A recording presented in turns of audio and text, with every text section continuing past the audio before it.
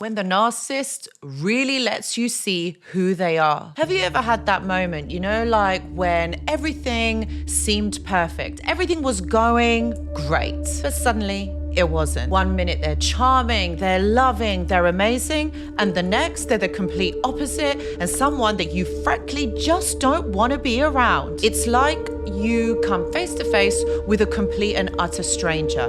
And this, my friends, this is when the mask slips and you see the real them, the real person behind the mask. It's terrifying, it's confusing, and it leaves you questioning everything that you have known about this person. In today's video, this is exactly what we are going to be talking about. Hello, my friends, and welcome back. I hope that you're all doing really well. So in today's video, we're going to be unveiling all of this, why this happens, the psychology behind it, and I'm going to include some real life examples from client stories. So let's start with the narcissist mask itself. This is a front. It's not really a mask that they wear in front of their face, but it's about this persona that they put on around people because they want other people to see them in a certain light, in a certain way. This for them is very important because what they are trying to guard deep down inside is the fact that they are not okay. And the thing is, when you realize that this person is not okay, and by that I mean by their deep rooted traumas, childhood experiences, they don't want this to come to light.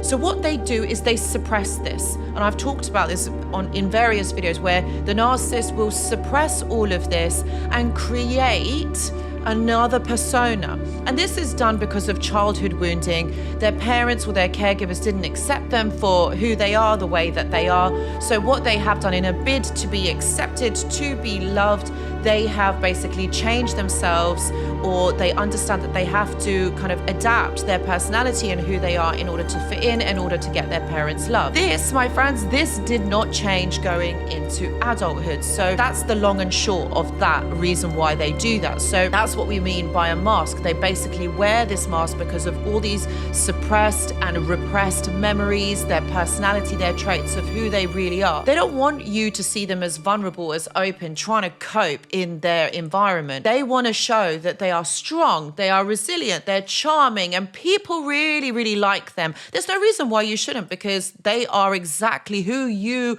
would want to be around. And that's what they do. They are able to mold, they're able to adapt into a person that perhaps maybe you would want or someone else would want, depending on who they are around. That's what they do. Now, you see, the thing is, they have learnt how to read the room.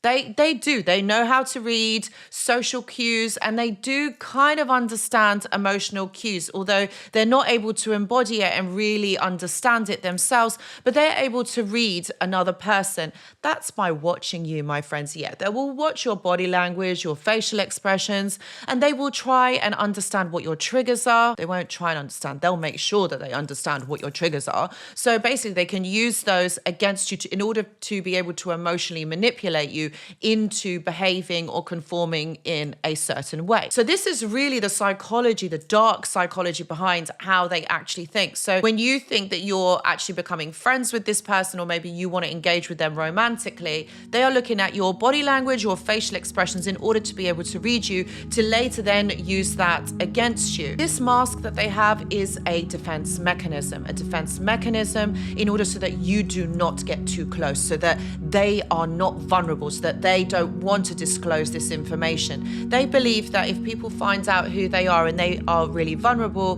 then they are going to be abandoned or they're going to be rejected, which is actually one of their core wounds. They don't want other people to know this about them. So they're going to hide it. They're going to make sure that nobody knows, and that you, especially you, do not find out about it. So let's look at an example. I have a client, let's call her Sarah. That isn't her real name, but let's just call her Sarah. She was in a relationship with someone who was so lovely, was so kind, so considerate, and so understanding. They went out on dates, they went for dinners, they went to the cinema, they even went away on holiday a few times. So this person, this this guy, he had a lot of money, he had a really, really good job, and he was able to afford all of these trips, all of these things. So Sarah didn't have to worry about anything. She didn't have to pay for nothing. Sarah was absolutely loving this. She thought, oh my God, this is just amazing. This is the person that I want to spend the rest of my life with. This guy understands me. He's able to hold his own financially because she had come from quite a wealthy background, so she didn't want someone who was going to use her, and Sarah noticed the little things over time. What happened is he started to be incredibly insecure, very sensitive about any type of criticism. At one time she asked, hey, did you forget to get the groceries? And his reaction would be completely disproportionate because he would react in rage. He would start shouting at her, saying why have you asked me? I've had such a busy day. Why are you asking me to pick up groceries? Isn't that your job? And one night, as all of this had basically started to kind of mount up, they had this huge blazing argument. He literally lost his cool. He was very rageful, shouted at her. Sarah was really scared, actually, and she was upset. And what happened is his mask slipped. So he wasn't that nice guy that she met right at the beginning where he was taking her on dates. They were getting a private jet to certain places.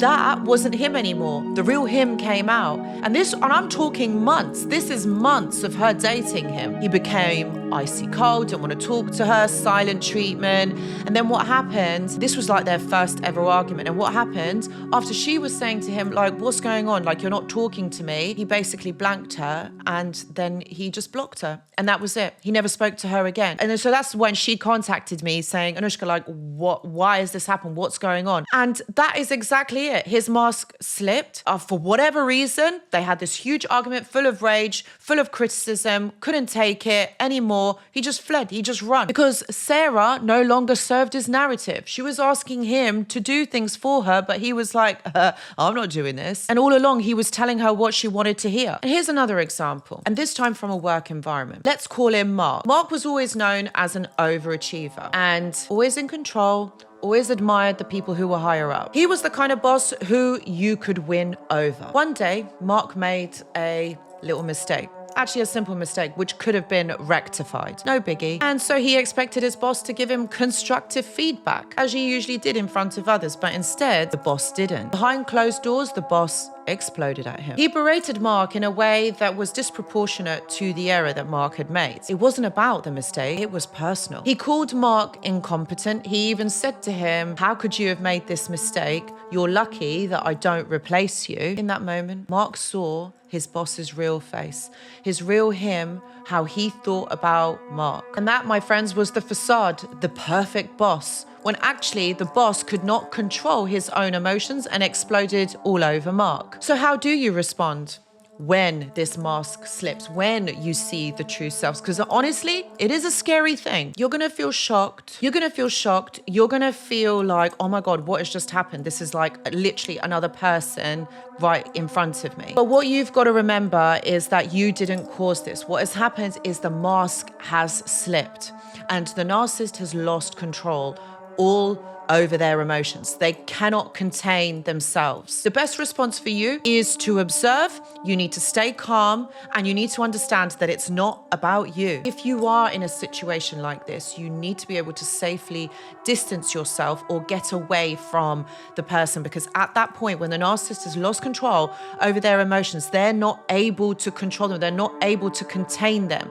This is when you see the explosion of this person. And so your safety is at question here, because this is where there is no filters. This is where they literally have been exposed, their true selves, and they're embarrassed. They don't want to be there and they want to punish you. To wrap this up, you know what? It's a harsh reality when the mask slips, and it's not fair that you have to experience it. But sometimes we do. The thing is, you do need to keep yourself safe. You need to get away. You can't help this person at that moment because they are seeing red. They're very rageful. They're really upset. They're not going to listen to what you are suggesting or what you are saying. So the best course of action for you is to temporarily remove yourself and get away. This also can be a chance for you to basically get away and move forward. If you need help in doing this, please know that I do offer one-to-one consultation. So I really hope I really hope that this video has helped you and it helps you to create more stronger boundaries in these situations. If you have liked this video, please give it a thumbs up and please forward it to someone if you know that this would be really helpful for them. Thank you so much for watching this video and I hope to see you in the next one. Goodbye.